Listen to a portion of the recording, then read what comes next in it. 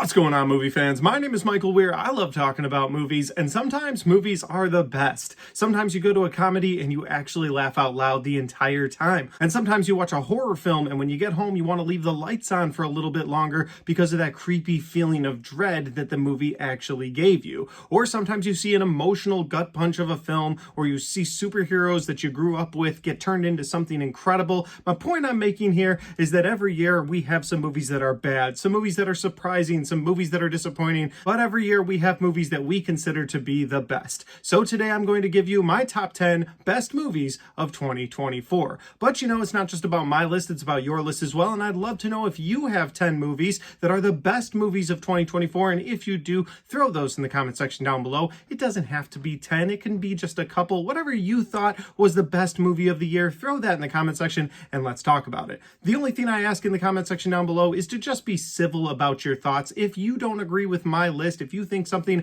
I believe is in the top 10 shouldn't be in there, that's totally your opinion and I respect it, but you don't need to come into the comment section and be like this guy. This guy said, the second you mentioned stop motion as worst of the year, damn, I just had to stop watching. Take care, Mike. Now here's the thing, that user is completely within his rights to stop watching the video because he disagrees with me, but when you make a comment like that in the comment section, this is the first thing that goes through my head. Hey, nobody cares. Nobody cares. Yeah, I really don't care. You don't have to agree with me. Nobody's making you watch this, but if you do watch it, I appreciate it. And finally, guys, if this is the first time you're finding my channel and you like this kind of content, maybe you like ranked list videos, movie reviews, Blu-ray talk, I've got a little bit of everything on my channel. I'd love for you to hit that subscribe button and check out the different content on my channel. And with all that out of the way, let's get into my top 10 best movies of 2024.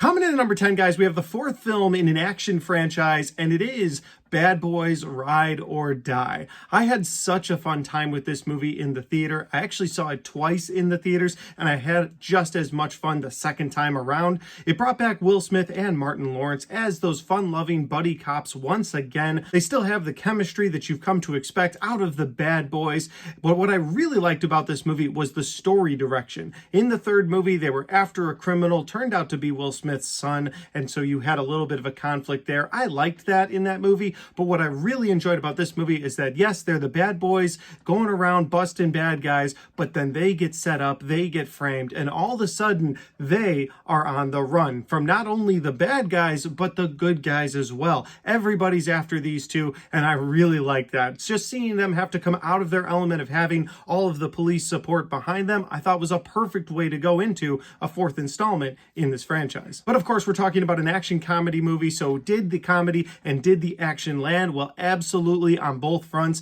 The comedy in this movie was great. Again, that chemistry between Will Smith and Martin Lawrence is fantastic, and I thought every joke in this movie landed for me. Yeah, a lot of the jokes were in the trailer, but I thought they worked just as well when I got to see them on the big screen. And then when you come to the action scenes in this movie, my God, they just brought it to another level. But it wasn't like a Fast and Furious 8 level where, okay, everything you're doing in this movie is ridiculous. Everything you have going on doesn't make sense. No, this was straight up action scenes, and I thought they were so much fun to watch. The shootouts were great, and the camera work within those action scenes was fantastic. One scene in particular where Martin Lawrence needs a gun, Will Smith throws the gun through the air. You see it spin, you actually go with the gun in the air as it lands in his hand to take the shot. It's a fantastic shot. Loved the camera work in that scene. And then there's one other action scene to mention before we move on to my number 9 pick, and it is of course the scene that I can only compare to a John Wick scene. It is fantastic and comes from a very unlikely character, and I loved it. There's even a great comedy and action element to that scene because you're watching this badass action scene play out with this unlikely character that's carrying out the action, but you see Will Smith and Martin Lawrence watching this scene play out through a security camera, so it'll zoom in, you'll be in the moment with the fight, and then it'll zoom out to get their reaction, and their reaction to this badass action scene is absolutely hilarious.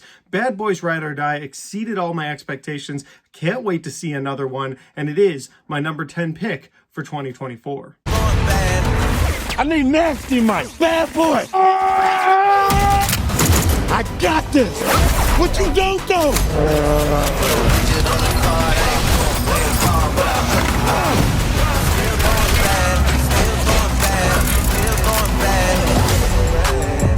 At number 9, guys, we have a vampire flick in Abigail. And here's the deal. I feel like that's already a bit of a spoiler. So if you haven't seen the movie Abigail, I apologize. And I apologize in advance for the spoilers I'm about to get into. It's just not easy to talk about this film without getting into some pretty heavy spoilers. And honestly, that's why they cut the trailer the way that they did, because that had some pretty heavy spoilers. But again, hard to market a vampire movie without calling it a vampire movie. So we move forward. The film is about a little girl named Abigail, played by Ashley Weer, and no, there's no relation. The last name's not even spelled the same way. The movie stars Melissa Barrera, Angus Cloud, Dan Stevens, Catherine Newton as part of this group of kidnappers who go in and kidnap Abigail at the beginning of the film. Their boss, played by Giancarlo Esposito, says if they bring her back to this house and they hold her there for a night, the dad will pay millions of dollars. And so they're holding her there, and right off the bat, you, the viewer, feel bad for her, because you're like, man, this little girl, she got kidnapped after her ballerina recital. Like, that's terrible. But then really quickly you find out that Abigail is actually a child vampire, and she has set this whole plan into motion because she likes playing with her food. And so when it's time for her to feast,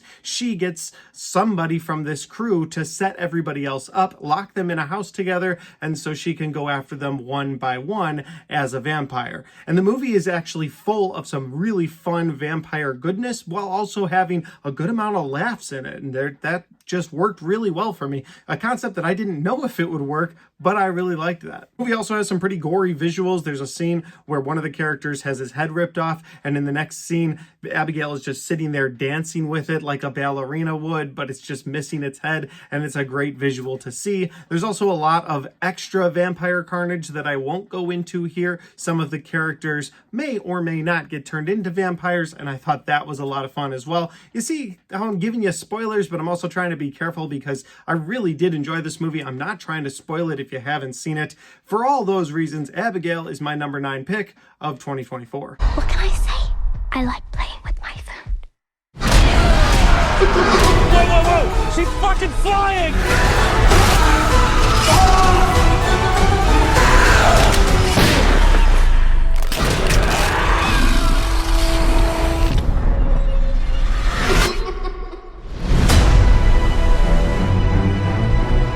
At number 8, guys, we have Alien Romulus. And Alien Romulus is a film that is set between the events of both Alien and Aliens. Now, I think those two movies are two of the greatest sci-fi films ever made. Of course, Alien had a bit of a horror flavor to it, and Aliens had more of an action flavor to it. But overall, they're both sitting on top of the sci-fi genre, in my opinion. That said, when they said that Alien Romulus was going to be between them, I got a bit worried, because why would you mess with those two movies?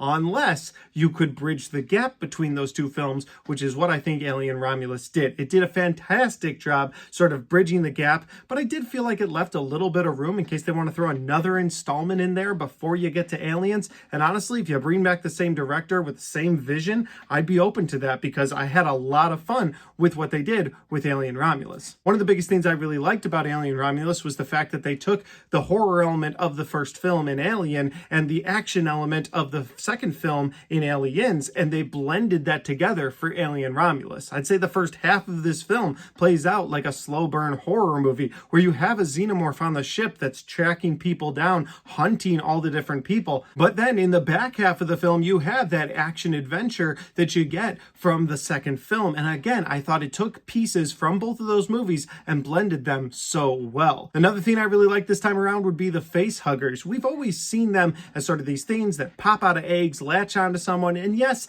that's kind of terrifying in and of itself. The fact that it's implanting an alien inside of you while it's latched onto your face, that's just terrifying. But we've never seen them in particular being what is the driving, terrifying part of an alien movie. And in this movie, you see so many of them running around, crawling around, almost spider-like, and they're terrifying, and they've got this goal, and it's just to latch on to the people's faces. And you, the audience member, every single time it gets somebody, you're just like, oh, oh, that's so rough. There's even one where they're trying to stop it from getting on somebody's face, and it's just forcing the tube down the person's throat that it's trying to latch onto. I loved so much about the face huggers in this movie. They did such a good job making them terrifying and making you, the viewer, scared of them. And of course, we can't leave out our xenomorphs. I told you about the one xenomorph you have hunting down the crew throughout this film, but man, you get to that back half of the film and it's just like they opened a door to so many more xenomorphs running around this ship, going after the crew. And that anti-gravity elevator scene where the girl has the gun and she's taking out the different xenomorphs, it's everything I wanted out of an alien movie, and I had so much fun with it. So if Fede Alvarez is willing to come back and film another movie in this order where you're going into aliens this time, you could have so much fun with it. I'd love to see what he could do with it. With that said, Alien Romulus is my number 8 pick of 2024. Impact event in 5, 4, 3, 2, 1.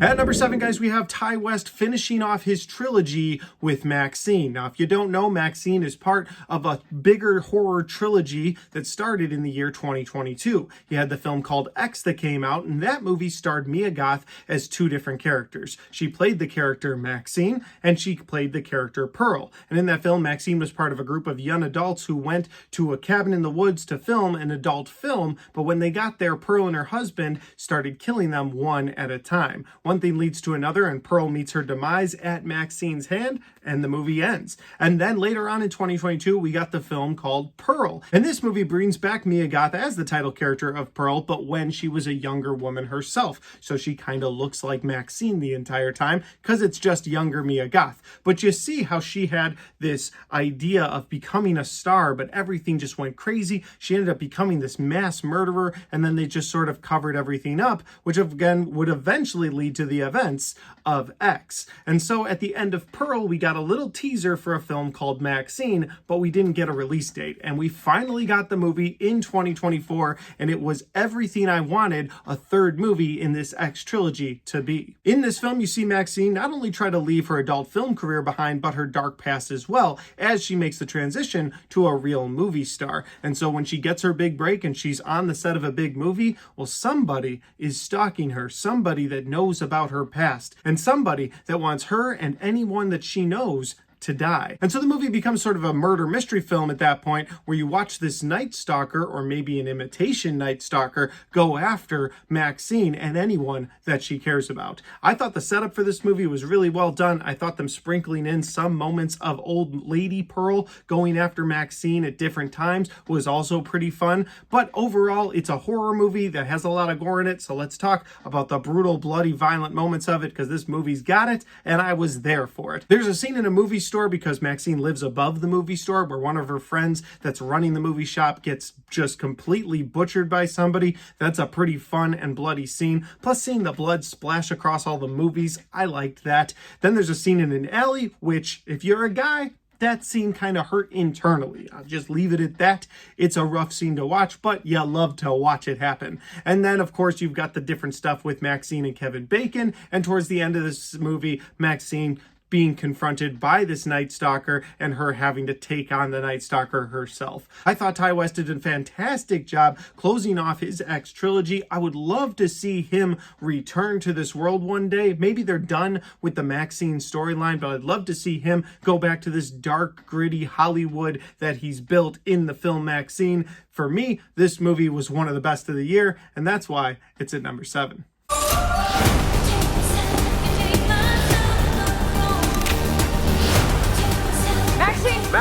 Maxine. You're a fucking movie star.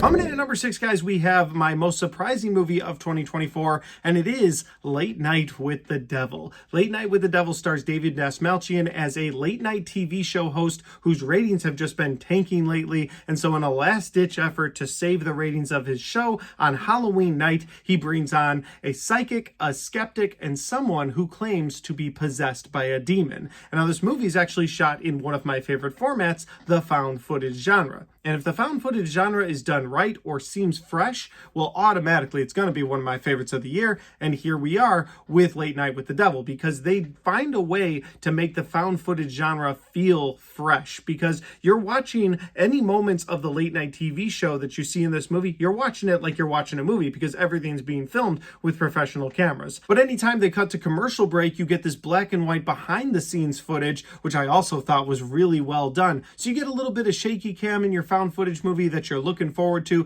but you also get a pretty straightforward found footage film, and I thought the way they pieced it together all made sense. And maybe this movie also appealed to me because I'm a big fan of late night TV, and so I liked the late night talk show host portion of it. The movie's also set in the 70s, so you get a 70s aesthetic to everything that I really enjoyed, and it's set on my favorite holiday, on Halloween night, so there was a lot going into this movie that I really enjoyed. I liked the creepy atmosphere throughout, how there may or may not have been some cult dealings with David Dastmalchian's character in the past, and I think the way they brought that into the movie was also really well done and pretty creepy at times. My only negative and holding back from making this in the top 5 was the way they ended it. I thought most of this movie was really well put together. Liked how they had everybody's different arcs throughout the film sort of come to a head at the end. When you get to the end, it's just a little bit lackluster, and I just wanted more out of that ending. But I still had a great time with Late Night with the Devil, so that's why it's at number 6. What you're about to see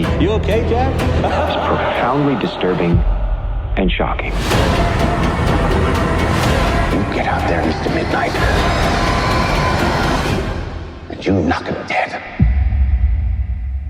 We've made it to the top 5 of my top 10 list for 2024. Again, I want to take a second to say that if you have a top 10 or even a top 5, throw those in the comment section down below. I'd love to know what movies you thought were the best of 2024. But at number 5, guys, we have the religious horror film in Heretic. Heretic is a film that stars Hugh Grant as a character named Mr. Reed. Mr. Reed has requested information from the Church of Latter-day Saints, and one day these 2 young girls come to his door because they've been sent out to bring him the information that he has requested. When they get there, he invites them in, he gives them some drinks, they sit down, they're talking about it, and then when it's time for them to leave, well, they can't leave, at least not the way they came in. They have to leave in a way that is going to test their faith, and you find out real quick that Mr. Reed is not just a guy looking for information, but he is very much so a guy that does not believe religion is real. So the movie quickly becomes a claustrophobic, suspense-filled horror movie where these 2 girls are trying their best to get out of this madman's game. Now, I really liked the setup for this movie. I saw from the trailers that I was going to enjoy the setup for this movie,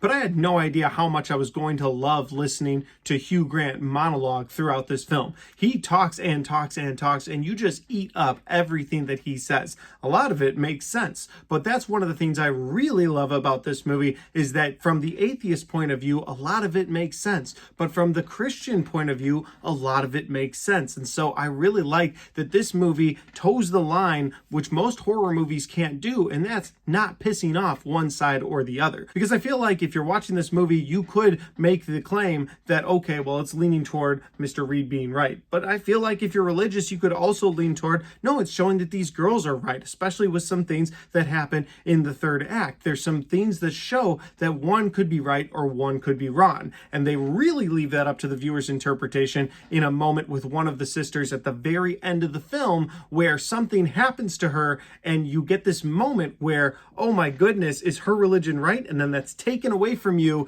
and you're left wondering, wait, did that happen or not? And I can't really explain it any more than that without throwing out the straight up spoilers, so I'm not going to do that here, but I loved how this movie towed the line between, is this religion real or is the atheist right? And they really let the viewer decide in this movie. So having a religious horror movie that doesn't slap people in the face one way or the other, to me, was a big deal. Again, I loved Hugh Grant in this movie. I thought both of the girls that played the sisters in this movie did a great job as well. Had a lot of suspense to this movie, a lot of horror to this this movie, and it's a movie where time just flew by. I couldn't believe I'd been sitting in the theater as long as I had when I got to the end of this movie, because the pace of this movie was just so fast. I had a great time with Heretic, and that's why it's my number 5 film of 2024.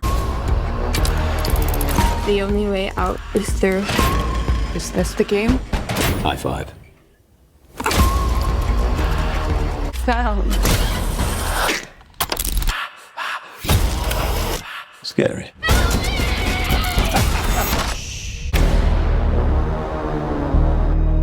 At number 4, guys, we have Civil War. And Civil War is another movie that was on my most surprising movies of 2024 list. So if you've seen that video already, I've already given you my thoughts, but I'll give them to you again right here. In Civil War, you have a group of reporters who is trying to make their way to Washington, D.C. to interview the president during a new American Civil War. And one of the things I love the most about this movie is that it didn't take a political side. Much like the film Heretic, where it doesn't take a side one way or the other, this movie doesn't do that either. This movie also just lets the events play out and lets the viewer in the audience decide who's right and who's wrong. And in a very political climate year like 2024, I went in highly expecting this movie to lean one way or the other, but it didn't. This movie played it right down the middle. They never even gave you a reason for the American Civil War beginning. You just had 5 different factions break off in the United States, all wanting control, and all of them trying to make their way to DC to take out the president of the United States. But again, you don't see this movie through a political point of view. You don't even see it from the soldier's point of view in this movie. You see it through the lens of a journalist played by Kirsten Dunst. And she and her other group of journalist friends are on their way to DC. And so they don't have any side at all. They are completely neutral in this movie, which almost gets them killed several times, because as they go through this new war-torn America, they get stopped by several different groups along the way. And these groups really want them to pick a side, but they're like, well, we won't commit to a side even if that gets us killed. And sometimes it does get some of them killed, because in a great scene, one of the best scenes in the entire year of 2024, you have Jesse Plemons come in and just completely steal the entire movie from everybody else. Now, the rest of the movie is great, but oh my God, in that scene, you could hear a pin drop in my theater, and it was a full theater. This wasn't, your average, oh, well, I went to a movie and there's 10 people. This was a full theater on a Friday night, and you could hear a pin drop, because that's how everybody was glued to the performance that Jesse Plemons was giving. And it was a great performance. So you had some great performances in this movie. You had a great plot in this movie. And I thought the way they tied it up was just this very dark warning signal towards the rest of the United States. Like, hey, if we're not careful about some little things that we can't get over, this could be where we end up. And I thought it was a great message, all while being a fantastic war film. I really enjoyed Civil War, so that's why it's at number 4. One nation under God, indivisible, with liberty and justice for all. Go, go, go, go, go!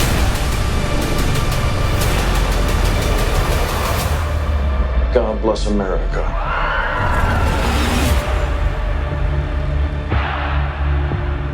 At number 3, guys, we have another horror film on this list, and it was a fun year for horror. Listen, I didn't love everything that came out, and I do have a complete horror ranking of 2024 that I still need to shoot and edit, but it will be out at some point this month, so keep on the lookout for that. But again, at number 3, we have another horror film, and it is Odity. Odity took me completely by surprise. I went in because I was bored on a weekday afternoon, and I was like, all right, I guess I'll go see this Odity movie. Completely forgot that I had ever seen a trailer for it. When I sat down to watch it, I was like, oh yeah, this is that breaking and entering movie, because that's how it starts. It starts as a breaking and entering.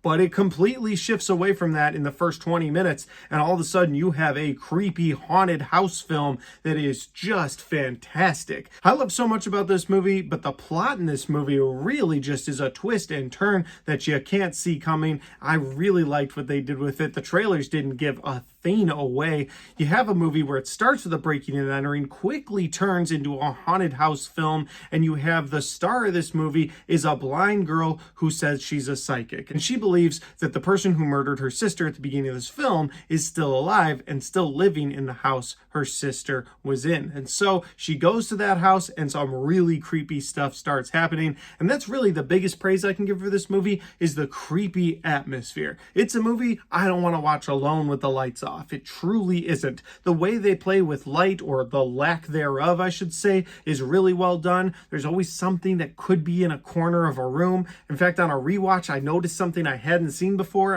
Again, that was pretty cool. So there's a lot of ways they play with the darkness in this movie and the way they play with the different sounds in this movie. And again, I just thought it was so cool going from a breaking and entering sort of run-in-the-mill horror film to being what feels like a haunted house film. And the way they end this movie, wow, it was incredible. Everybody gets what they deserve by the end of this film, and I couldn't have been happier. So Odity is my number 3 pick for 2024.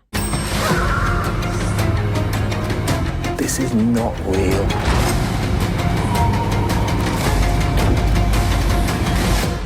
As I've always believed, there's nothing that can't be explained.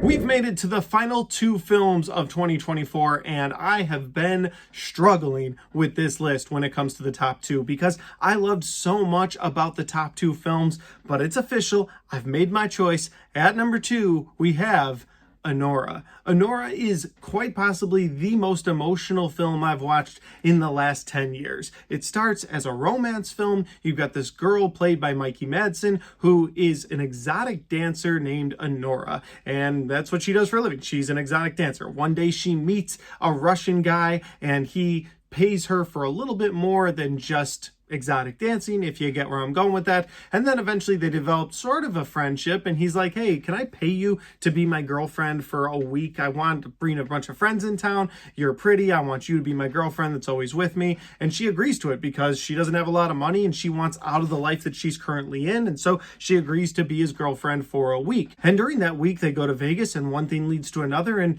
he proposes to her and they get married. And so you're like, all right, this is a romance film. Where is this going to go from here? And from there, it takes a sharp turn to comedy. And I wasn't prepared for that. I thought that was such a unique, clever thing to do. So they're sitting in his house a couple days after they got married, and word has gotten back to his extremely wealthy Russian oligarch parents who are not happy that he married an exotic dancer. So they hop on a plane and they're flying to America to get that marriage annulled. But while they're flying, they send a couple of their Russian guys to the house. Well, the Russian guy, he just runs away right away. He's like, I'm out. I'm gone. See ya. So he runs away. They're not sure where he went. So they're like, all right, let's hold Anora. Well, good luck holding Anora because that's where the comedy comes in. She starts breaking noses. She starts biting people. And they start cycling those guys out where one guy will go in to stop her and he'll get his ass kicked. And then the next guy will come in. And it's not like an action movie at all. It's just little things that are happening. And it's so funny throughout. Eventually, they all get on the same page. And the movie gets even funnier because once they're on the same page and they're looking for this Russian kid so they can find him and take him to a court to get the marriage annulled, it is just one thing after another, one roadblock after another,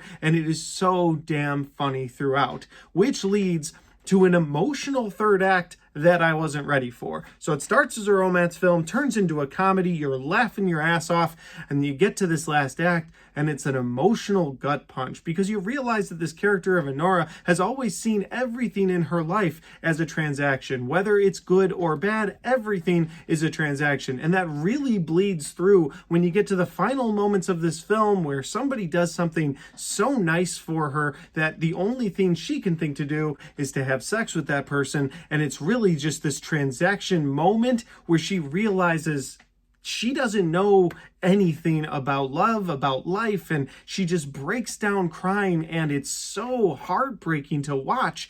And then the movie just ends and it just cuts to black and you hear her crying through the beginning portion of the credits, and you just sit there for the first half of the credits with either her crying or it just cut to complete silence. And I just sat in my chair in the theater just completely mind blown by what they were able to do with this film, how they were able to bring out a range of emotions in me throughout this entire film and just leave me with my jaw on the floor. So for all those reasons, Anora is my number 2 pick of 2024. Daniel, be a man and talk to me.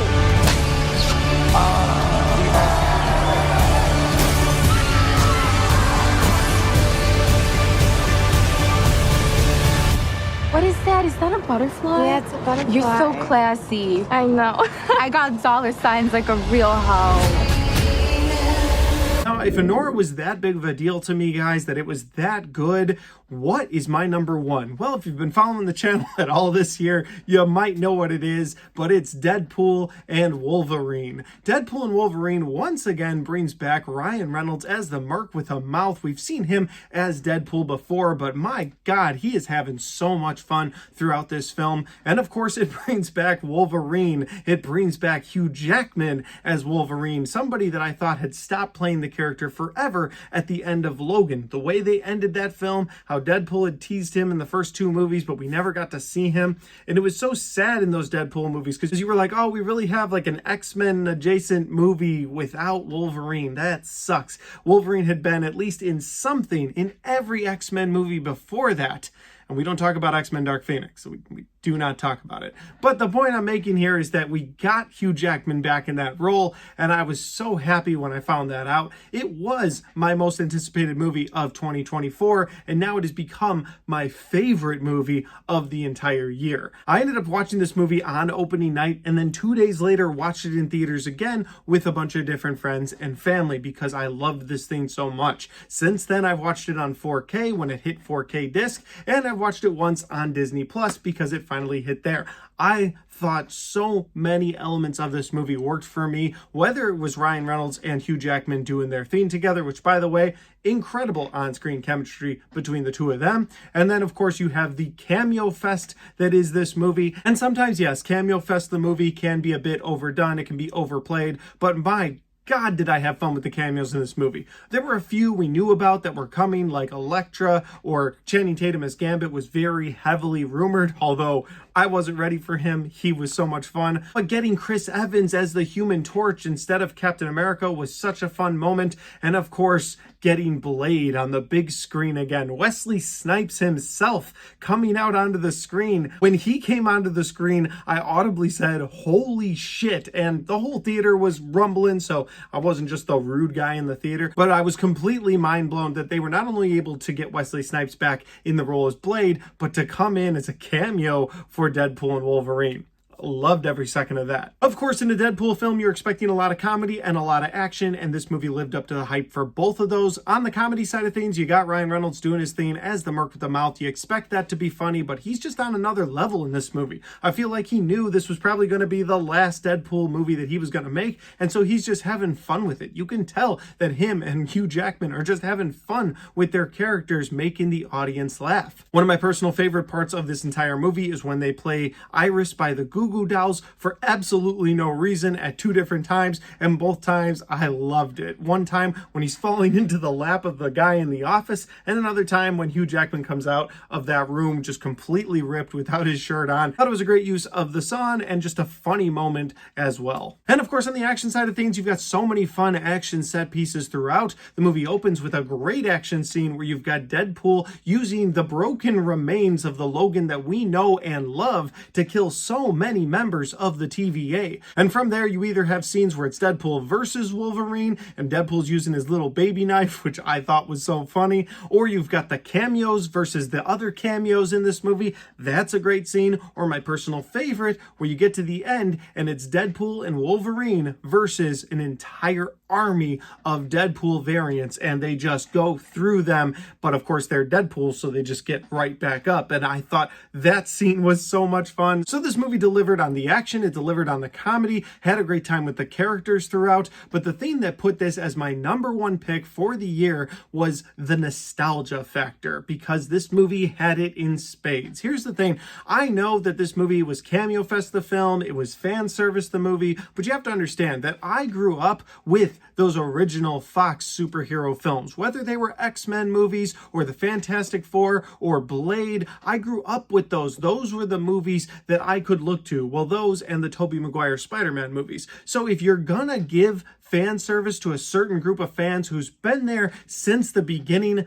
it's this group. It's my group. It's the kids that grew up who are now adults talking about these movies online. That's the group you go for. That's what they did, and it worked so damn well. And again, the nostalgia factor for me just put this over the top. That scene at the end of this film during the end credits where you've got all of the Fox sort of outtakes from over the years playing with Good Riddance by Green Day playing over them, I just teared up and loved that moment so much. Both times I watched this in the theater, I teared up watching that because again, it was like saying goodbye to my childhood. It was like saying goodbye to these characters that I grew up with. Yes, all of them will be recast one day, but for one last moment, it was everybody we had grown up with. The respect and the love that they showed towards those characters meant a lot to me. So the nostalgia really played into this. If it wasn't for that, maybe Anora would have been number one, but for all those reasons, Deadpool and Wolverine is my number one movie of 2024. I regret nothing.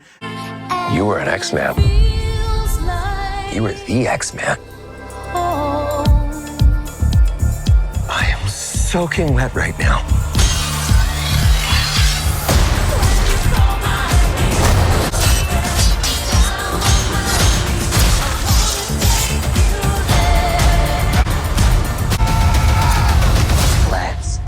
Go!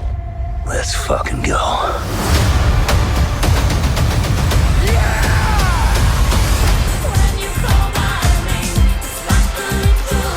And with all that said though, guys, that's my list of the top 10 best movies from 2024. Like I said earlier, if you want to throw yours in the comment section down below, I'd love to talk about them with you guys. And if you like this video, don't forget to hit that like button because it helps the video, it helps the channel, and it helps me right here. Thanks for watching.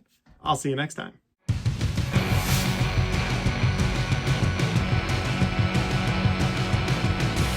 All right, guys, we got to the end of my top 10 best movies of 2024. We're almost halfway into January, and I'm just getting to this, but it has been a busy month, whether it's holidays or family or work. Everything has just been kind of scrambled. So I will continue on with my best of movies for 2024. I've got a horror movies ranked list to put together and my entire ranked list of the entire year to put together. Look for those in the next couple of weeks. But until then, if you want to check out any other content on my channel, well, I've got all of my best and worst of 2024 right there. And I've got all of my 2024 movie reviews right there.